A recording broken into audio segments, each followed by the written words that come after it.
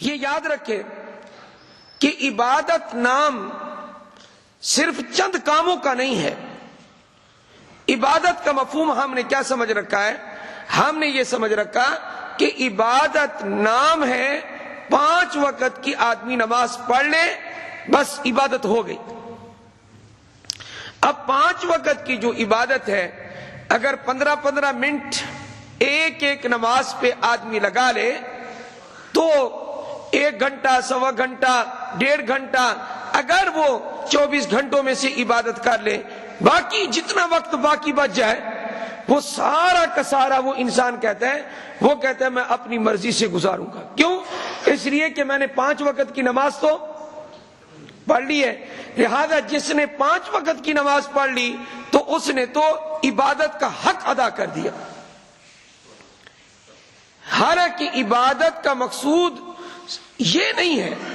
عبادت صرف اسی چیز کا نام نہیں ہے.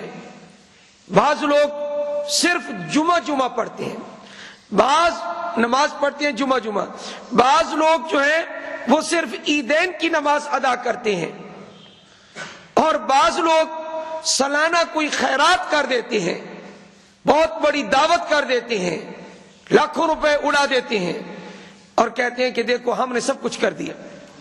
یعنی ان کے دماغ میں یہ آ گیا کیا سالانہ ایک موقع تلاش کر کے اس پر پیسہ کچھ خرچ کر دو، بس اس سے پھر بری ہو جائے آدمی، پھر یہ کہے کہ واہ واہ کیا بات ہے، ہم نے تو فلاں عرس کے موقع پر یا فلاں بڑی اور چھوٹی 11ویں پر ہم نے یہ اور وہ کر دیا، لہذا اتنا پیسہ ہم نے خرچ کر دیا. تو اتنا پیسہ خرچ کرنے کے بعد اب تو ہمیں پوچھنے والا بھی کوئی نہیں ہے. یعنی اب سارا سال عیش کرو اور مزے کرو، یا سالانہ کسی عرس پہ اہتمام کے ساتھ چلے گئے، 1-2 بکرے غیر اللہ کے نام پہ ذبح کر دیے، غیر اللہ کے نام پہ کاٹ دیے. آپ یاد رکھیں یہ مسئلہ میں اپنی تقریر میں بار بار عرض کرتا رہتا ہوں، قسم، نذر و نیاز، قربانی، خیرات سوائے اللہ کے اور کسی کے لیے جائز نہیں ہے. یہ صرف اور صرف اللہ کے لیے جائز ہے. میری تقریر اور میری گفتگو میں توحید کا عنصر غالب رہتا ہے.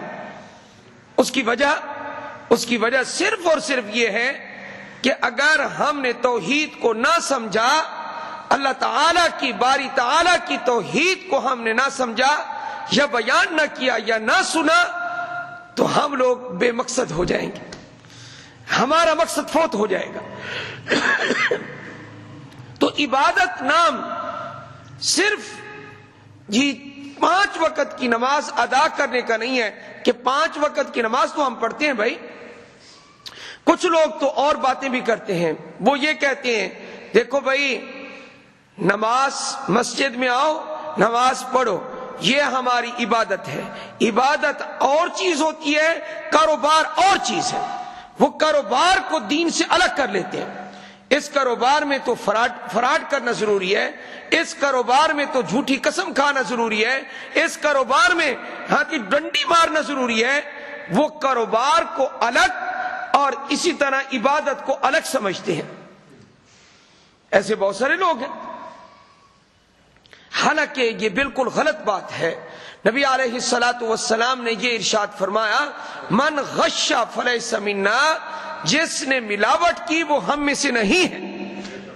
حضور نے یہ ارشاد فرمایا، ملاوٹ کرنے والا ہم میں سے نہیں. تو یہ سوچ غلط ہے. کون سی؟ کہ کاروبار مسجد سے باہر کی زندگی ہم اپنی مرضی سے گزاریں اور مسجد کے اندر آ کر صرف نماز پڑھ لیں، یہ عبادت ہو گئی. یہ مفہوم کسی نے جو بتایا غلط. تو عبادت نام چند اعمال کے کرنے کا نہیں ہے. کچھ لوگوں کے ذہن میں یہ ہے اپنی زندگی سے خوب نفع اٹھاؤ اور کماؤ حلال حرام، اور پھر 1 سال میں 1 مرتبہ یا 2 سال یا 3 سال کے بعد 1 مرتبہ عمرے پر یا حج میں چلے جاؤ اور پھر خوب طواف کرو اور خوب دعائیں مانگو، حرام حلال کی تمیز نہ کرو، بس جو گناہ کرو نا سارے 2-3 سال کے بعد بخشوا کے پھر آ جاؤ. اس قسم کی حالت بن چکی ہے. میں غلط نہیں کہہ رہا آپ کو.